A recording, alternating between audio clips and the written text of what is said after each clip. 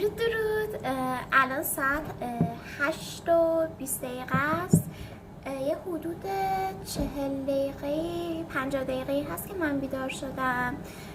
امروز برنامه اینه که بریم با دوستم سینما. اگه شما قرار فیلم استخر رو ببینیم، هم همین که چند روز پیش تولد من بود، ولی چون امتحانا بود نتونستیم برنامه برسیم که بریم بیرون. بخاطر همین اصرار داره که هرچی سریعتر بریم همدیگر ببینیم. هنوز که از امتحانا مونده، هنوز زبان مونده، ولی اوکیه، چیز خوندنی زیادی نداره زبان.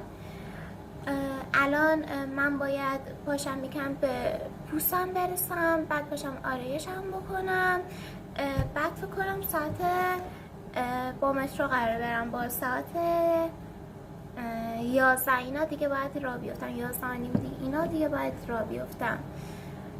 اگه فکر کنم با اسنپ برم سریعترم، دیرترم میتونم برم. حالا ببینم چی میشه. با من همراه باشید.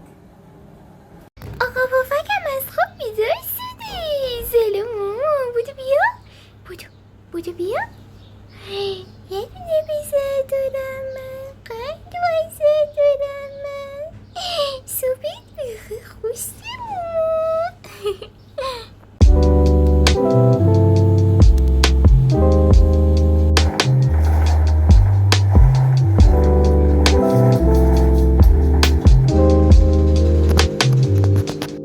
خب الان ساعت 10:30 شد. من صبحانم خوردم، یه سری کارمو انجام